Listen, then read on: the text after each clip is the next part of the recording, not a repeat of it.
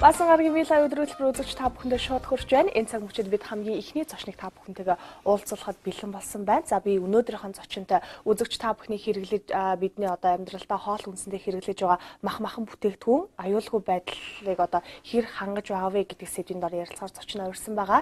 Ингээд манай студид мэргэжлийн эмнэлтийн ерөнхий газрын мал эмнэлгийн хяналтын улсын ахлах байцаагч Ган хоёг хүрэлцэн ирсэн байна. Танд өнөөдрийн мэндийг хүргэе. За баярлалаа. За баярлалаа. Тэгэхээр дөнгөж сая сэдвийг бол би үзэгчтэй танилцуулсан байгаа. Манай монголчуудын хувьд ялангуяа одоо махан бүтээгдэхүүн бол хоол хүнсний номер 1 хэрэглээ гэж хэлж болно тийм ээ. Тэгвэл бид энэ хэрэглэж байгаа махандаа хэр бас ингэж найдвартай байт юм бэ ерөнхийдөө. Тэгээ ер нь одоо үзэгчтэй өнөөдрийн мэнд хүргэе. Эхний ээлжинд тэгэхээр бидний гол хэрэглээ гэдэг маань та түрүү ярьлаа мах. Монгол хүний ерөөсөө гол амин хүнсний хэрэглээний гол хэрэглээ нь бол мах гэж байгаа. Махгүйгээр монгол хүнийг төсөөлөхгүй гэдэгтэй. Тэгтэл энэ мах маань хаанасаа бий болдгоо гэхээр өнөөдөр Монгол орны мал 50 сая гараад явцсан 60 саятай хүрсэн байгаа юм тохиолдолд малын мах асуудал. Махтай уялдуулаад махны эрүүл аюулгүй ариун цэвэр эрүүл ахуйн шаардлага хангах гол үндэс нь бол малын эрүүл мэндийн асуудалтай яригддаг. Эрүүл мэндийн асуудал дээр бид нар өнөөдөр юу ярьж байгаа юм гэхээр малын халдвар төвчний асуудал яригдж байна. Эрүүл бүсээс эрүүл малаас бэлдсэн махыг бодвол бид нар хүнсний чанар аюулгүй байдлыг хангасан махан бүтээгдэхүүн юм аа гэж ойлгох хэрэгтэй. Тэгвэл өнөөдөр ер нь халдвар төвчний асуудал дээр энэ махтай холбоотойгоор уялдаж эхэлнэ л дээ. Эрүүл мэндийн асуудал дээр юу ярих вэ гэхээр Монгол улсын хэмжээнд өнгөрсөн онуудад 15 оноос эхлээд малын гоц халдвар төвчин сүүлийн жилүүдэд хил дамжин халдварлах өвчнүүд ер нь дэлхийн мал эмтний эрүүл мэндийн байгууллагаас зарлагдсан худалдааны хөл хоройд өвчнүүд бол бүхэлдээ 3 төрлийн өвчин, 4 төрлийн өвчин бүхэлдээ Монгол улсад гарчлаа. Энэ нь одоо шүлхийн өвчин байна. Бог малын мялзан өвчин байна. Хоньны цэцэг өвчин. Дээр нь одоо сүүлийн үед бол бидний яриад байгаа одоо бусад төрлийн Африк мялзан гэдэг ийм өвчнүүд бол одоо шууны том Ньюкасл гэдэг өвчнүүд бол гарч байна. Энэ гараад байгаад бол иргэд бол өнөөдөр санаа зовхосоор одоо аргагүй юм байгаа. Бол энэ өвчнүүд чинь эргээд өвчтөе малаас хүн талбарлах уу гэдэг асуудал байна. Бид бол энийг ямар арга хэмжээ авч ийн үг гэхээр энэ госалдвар төвчин аймаг сумдад бол өвчнсөн малыг бол устгах арга хэмжээ авдаг. Дээр нь бол өвчнөөс үргэлжлэн сэргийлэхийн тулд өвчнийг дамжин таруулахгүй тулд вакцинжуулах арга хэмжээ авдаг. Эдгээр энэ үйл арга хэмжээнд бол мэргэжлийн хяналтын газар бол үндэсний хяналт шалгалтаа хийх. Энэ дээр нь бол 20 цэр тогтоо 20 цэрийн нэглэм ямар төвшөнд явагдаж байна. Тэнд устгал ариутгал хийж байгаад устгалын асуудал алгоргүйжүүлэлтийн асуудал, тэнд хэрэгжилж байгаа юм бэлтгэл, тэнд ажлын зохион байгуул, энэ ямар байна уу гэдэг дээр л мэргэжлийн хяналтын байгууллагаас хийх хэрэг үүргийнх нь хүрээ өрөөсөд ийм л юм байна. Тэгээд би зүгээр ер нь дөнгөж өнөөдөр он гараад 2017 он гарсаар ихтэл одоо 8 аймгийн 22 суманд өнөөдөр өргөн цаг хүрээтэйгээр бол малын цэцэг өвчин дамжид харагч байна л да. Энэ яагаад юунаасаа болоод байна гэдэг асуудал яригдана. Мэргэжлийн байгууллагууд нь ажиллаж чадахгүй байна уу? Үнэхээр энэ өвчин бол өвчнөө барьж чадахгүй алдчихв гэдэг асуудлууд яригдах байх. Тэгээ энэ яригдах ярианд голд нь юу вэ гэхээр гол нь манай малчтын өөрсний хариуцлагагүй ажиллагаа маш их байна. За.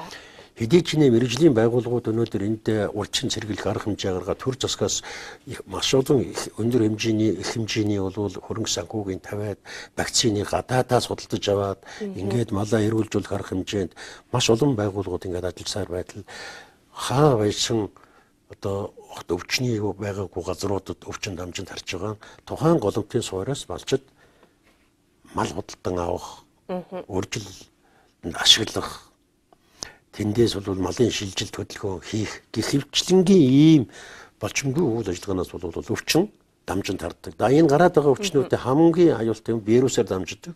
Дамжуулагч нь хүн тээврийн хэрэгсэл мал өөрөө байна. Тэгэхээр бид нар энэ замбраагүй хөдөлгөөн дээр хяналт тавихад үнэхээр цар хүрээ бол бидэнд бол маш хөрөлцөөгүй нэг энд бас хүндрэлтэй юм хяналт бол явагдаад байна л да.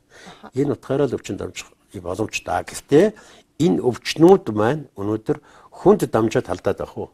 Хүн дамжуулагч болохоос биш хүндэд яг энэ өвчин тусахгүй. Зөвхөн сонгомл шүлхий өвчин бол шүлхийгээр үхэртэй бол үхэртэй. Ханьяаны цэцэг бол ханьяаманда. Мялзан өвчин бол богмолдоо тэр тусах ёстой малдаа. Хүнд дамжихгүй.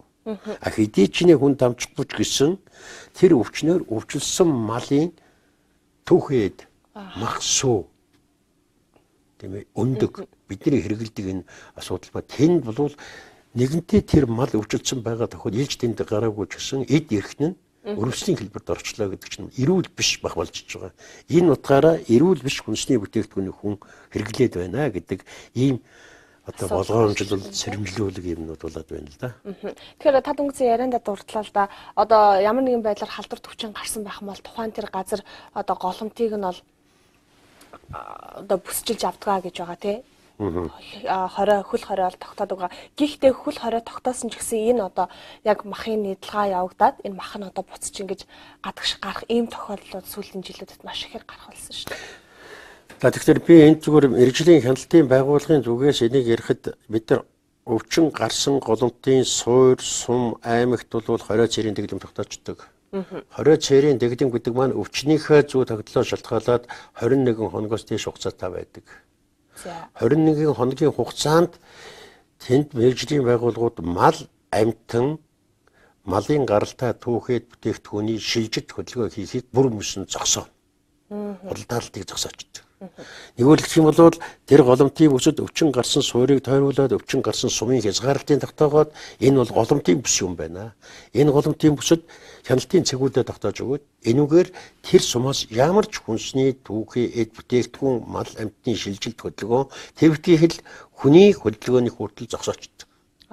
Зайлшгүй шаардлагаар одоо эмнэлэг сургууль янз бүрийн өвчин аргын гажигдлаар ийм тохиолдолд онцгой байдлын газраас энийг бол бүр хатуу хяналтын дор ариутгал халдваргүйтгэлд хамруулад хувцас сунрыг ариутгаад машин тээврийн хэрэгслийн халдваргүйжүүлээд ингээд эрүүл бүс рүү гаргах ийм удаа. Ер нь энэ халдварын бүс гэдэг маань өнөөдөр голомтын бүс, сэжигтэй бүс, эрүүл бүс гэдэг ингээд заагдаад өгсөн байдаг.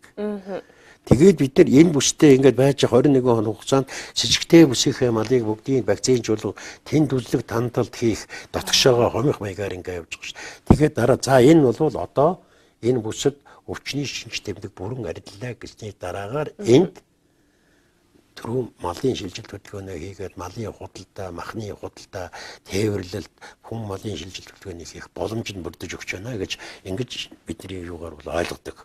Энэ явагдаж байгаа. Гэтэл зарим нэг байдлаар хүмүүс өөрийнхөө ашиг, өөрийнхөө эрх ашигын үүднээс хулгайн замаар, хулгайгаар харуул хамгаалах хорой цэрийн дэглэм зөрчөөд ингээд ороод ирэх асуудлууд гардаг. Энэ бол хуулиар бол арга хэмжээ хүрээлэх. Ийм л хүрээнд өнөөдөр явагдаж байна. Гэхдээ бидний энэ хорой цэр хязгаарлалт гэдэг бидний төрхнөд байгаа юм маань хинээс голн шалтгаалж байна вэ гэхээр тэр голомттой бүсэд амьдарч байгаа малаа малж байгаа малчид эдний ухамсаргүй үйл ажиллагаанаас шалтгаалаад малчдын маань тэнд байгаа хяналт шалгалт тэнд мэрэгжлийн байгууллагуудын хариуцлагагүй үйл ажиллагаа шалтгаалаад өвчин дамжих байдал бол газар авсаар л. Үүнийг бол бас хүлээн бас давхар хүлээж зөвшөөр хэрэгтэй гэж ойлгож байгаа. Өнөөдөр өвчин өөрөө хийсэл явчихгүй. Гол нь тэр хяналтын бус хорой цэрийн бүсэд нэг анхаарах юм бол одоо сүүлийн үед бид чинь улс орны эдийн засагтай холбоотой энэ янз бүрийн хүндрэл санхүүгийн хүндрэлтэй холбоотойгоор сум уран нутгаас тэр хорой цэрийн бүсэд тавих хөрөнгө санхүүгийн асуудал, тэнд тавих хяналтын асуудал хэдэрхий суларч байгаад энэ өвчин хэдэрхий тараад ирэхээр гарчил байдаг, иржил байдаг, явжил байдаг гэдэг шиг хэдэрхий хариуцлага сулрах ийм хандлагууд гараад байгаад сүүлийн үед бид энэ дээр бол бас дүгнэлтэж орон нутгийн мэрэгжлийн хяналтын байгууллагуудаараа дамжуулаад аймаг орон нутгийн өдөрлгуудын асуудлыг хөргүүлж байгаа. Тэгэхээр малчид ард иргэд маань өөрсдөө маш хариуцлагатай байх хэрэгтэй байх нь тийм ээ хоол хүнсээр дамжуулаад бид бас эрүүл байх шаардлагатай байдаг учраас та махан бүтээгдэхүүнүүд гэх юм бол эхлээд нийт төрөнд бол манай малчид ард иргэд маань өөрсдөө бол өндөр хариуцлагатай байх хэрэгтэй байдаг юм байна. Тэгээ худалдаа авагчид буюу одоо төв суурин газрын одоо иргэдийн хувьд гэх юм бол бас худалдаа авалтаа хийхдээ махан бүтээгдэхүүнүүдийг авахтаа ер нь юун дээр нь анхаарч явах хэрэгтэй юм бэ? За тэгэхээр энийг зүгээр мэрэгжлийн хяналтын ерөнхий газар тэгэхээр мэрэгжлийн байгууллагыг төлөөлж энд ярьж байгаагийн гол ач холбогдол нь юунд байна вэ гэхээр иргэдэд гол нь сэрэмжлүүлэх та юуг анхаарч авбал та өөрийгөө болон гэр бүлээ эрүүл хүнсээр хангах ёстой вэ гэдгийн гол учир нь юу вэ гэхээр бид нар гадна талдаа пакетлсан савлсан гадны орнуудын юм хаягч жишээ нь үзээд авчдаг. Махыг болохоор Дэнжи мянгийн зах хүччөнхөр зах дээр очиод тэр дээр нь гიშгэ талхлаад эрүүл ахуйн шаардлага хангахгүйгээр байдлаар оруулж исэн ч юм уу гарал үүсэлтийн эсхийг мэдэхгүйгээр аль дуртай өөрийнхөө өнгө үзэмжээр арь сайхны наваадыг шилээд авчиж байгаа. Гэтэл тэр махыг авахдаа аль аймгийн аль сумын ямар товчоодоор дамжаад ирж үү гэдгийг тэр гарал үүсэл гэж тэр махны мал эмнэлэг ариун цэвэр гарал үүслийн гэрчлэгээ гэж байдаг. Мал эмнэлэг ариун цэврийн гэрчлэгээ гэж. Энэ гэрчлэгийн дээр чинь тэр аймгийн тэр сумын тэдний хотоос тэгж бэлдсэн тэрийн дээр нь хяналт тавьсан байцааг чинь тэн дээр олгосон мал эмнэлэг нь гарал үүслийн гэрчлэгийг ингээд олгоод авчиж байгаа. Энийг иргэд ихний ээлж нэгдүгээр үзэх хэрэгтэй. Хоёрдугаар яаж ийм үг гэхээр тэр худалдаж авч байгаа худалдааны төв захууд дээр мал эмнэлгийн лабораториуд ажиллаж байгаа. Энд хяналтын байцаагч нар ажиллаж байгаа. Дотоодын захын байцаагч нар ажиллаж байгаа. Энд хандаад ийм мах ийм тустай толботой байна. Энэ мах нь бол ийм мууд цэнгцэн байна. Энэ гарал үүсдэггүй байна гэдгийг иргэн өөрөө байцаагч юунд чилж хэрэгтэй. Ингэж байж тэр бол энэ махныхаа аюул учрыг салгаж өөрөө тэр аюулаас ангиж явахны хэлбэр байгаа юм.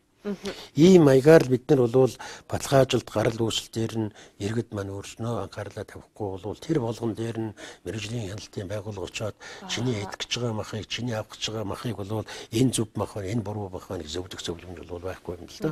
Ийм боломжчгүй юм байгаа. Иймэрхүү юмнууд байна. Тэгэхээр удахгүй сар шинийн баяр болох гэж байна. Тэгээ хамгийн одоо эрэлттэй бүтээгдэхүүний тоон бол яхаа аргагүй махны гүйлгээ ордог штеп. За тэгэхээр одоо энэ жилийн жил уламжлалт цагаан сарын ажил бол одоо ингээд бараг сар хүрэхгүй дараа хугацааны дараагаар ингээд боллоо. Одоо яаж ийм үгээр өнөөдөр энэ дээр бол хариуцлагатайгаар байдаг. Манай зүүн бүсийн аймагуудын ууцсан сайн байдаг юм аа. Сүхбаатар аймгийн ууцыг аванд Орон нутгийн аймгийн гэтэл тэр аймаг бүхэлдээ биш. Тэр өвчин гарсан сум бүс нутгаас өнөөдөр 20 цэрийн бүсэд байгаа Төв аймаг одоо энэ Архангай аймгийн зарим сумдууд, Булган аймгийн сумдууд, Дундгов аймгийн гэдэг юм бидний нөгөө нэг ууцсан сайхан их гоё бахта амттай мэдтэй гэдэг аймагуудын зарим сумдууд өнөө цэцэг өвчнөр өвчлөсөн байна. Гэтэл энд бол 20 цэрийн дэгдэм өнөөдөр цагаан сар гэхлээр тадан боогдохгүй. За. Тэгэхээр яаж ийм вөхөр энэ аймаг сумдаас бол мал мах орж ирэхгүй гэдгийг ойлгох хэрэгтэй. Тэгэхээр бид нар арьстай, үстэй, ноостой оруулаад ирдэг. Одоо ууц махыг ихчил гулуузлаад арсент нь баглаад ингээд аваад ирж байгаа. Тэгэл Улаанбаатар хотын нөгөө төвдөршин төв хэсэгт нь олон аймгийн машин тээврийн хэрэгтүүд орж ирдэг. Тэгээд нөгөө арсаараа дамжуулаад түүгээ дээр дамжуулаад нөгөө цэцэг өвчнийхээ үүсгэгчийг бол дамжуулан тарахны боломж өгдөг. Тэгэхээр бид бол автоэрийн шалган бүртгэх товчоодууд дээр ерөөсөө энэ жилийн хувьд малчид маань худалдаанд гаргаж байгаа ууцныхаа махтанда арьс ширэнд боож оруулахгүй. Мэргэжлийн хяналтын байгууллагын арьстай хурдаар оруулахгүй. Эрүүл бүсээс шүү. Өвчин гараагүй, боломтгүй эрүүл бүсээс бол оруулахтай бол ийм арьс ширэнд боос асуудлыг бол бүрэн зогсооно гэдэг юм асуудал тавина. Дээр нь манай иргэд анхаарах дээр гарал үүсэл дээр анхаар. Гэхдээ зөвшөөрөлгүй газар гэдэг дээр нь бас анхаарах хэрэгтэй. Зарим нэг нь хулгайгаар янз бүрийн аргаар орж ирээд өвчтдөг. Энэ юм дээр анхаарч ажиллавал манайхан бол бид өөрснөө махны хүнсний аюулгүй байдлыг хангаж ажиллах нэг юм байдгийг. Дараагийн нэг асуудал чинь бид рүү ярьж өсөн малын махаар дамжиж хүнд халдварладаг ямар өвчнүүд байгаад байт юм бэ гэдэг асуудал. Тэгэхээр энд галзуу өвчин байна. Боом өвчин байна. Өнгөрсөн онуудад бол галзуу өвчин бол Монгол улсын хэмжээнд одоо 12-3 аймагт бол бараг 30-40-50 тохиолдол гараад ирлээ. Дээр нь боом өвчний тохиолдлууд байна. Дээр нь боршлоз гэж айхтар өвчин байна. Боршлоз өвчний хувьд бол Монгол улс өнөөдөр балаараа дэлхийн хэмжээнд дээгүүр байранд явж байгаа бараг нэг жахан явж байгаа боршлозоор хүн халдварлсан ийм орны хэмжээнд орж бас нэг юм шиг болоод яваад байна шүү дээ. Тэгэхээр энэ маань юу нөхтэй түүхий мах сүү өвчтөй балтай халдах өөрөө шарх сорвтой байж байгаа тэр боом өвчнөр өвчлсөн, галзуу өвчнөр өвчлсөн энэ бактери вирусуудаар өвчлсөн малын маханд хүрснээр хүн дамжиж халдварлаад эргээд хүн өвдөх эрсдэл бий болдог учраас энд мал махтай харьцахдаа өөрийнхөө болгоомжлох талын юм аюулаас түүхий сүүгүүд хэрэглэхгүй байх, болгосон чансан ийм бүтээгдэхүүн хэрэглэх энэ чиглэл дээр явах юм бол бид бол малаа хүндэд амжин халдварлах өвчнөөс өөрийгөө Сэргийлэх. энэ эрсдлээс хамгаалж чаднаа гэж ингэж ойлгох ийм мэрэгжлийн зөвлөгөө үе да. За баярлалаа. Тэгэхээр та бидний ярилцах цаг энэ хүрээд өндөрлөж байна. За бид өнөөдөр бол махмахан бүтээгдэхүүний эрүүл авах болоод за малын халдварт өвчний тухай мэдээллийг та бүхэндээ хүргэлээ. Манай өнөөдрийн зочин мэрэгжлийн эмнэлтийн ерөнхий газрын мал эмнэлгийн хяналтын улсын ахлах байцаагч Ганх хоёуг байлаа. Танд баярлалаа. За баярлалаа. Баярлалаа үзэгчдээ. Би лайв өдрийн хөтөлбөр та бүхэндээ үргэлжлэн хэсэг хугацааны дараа ээлж зочны цагийг хүргэх болно.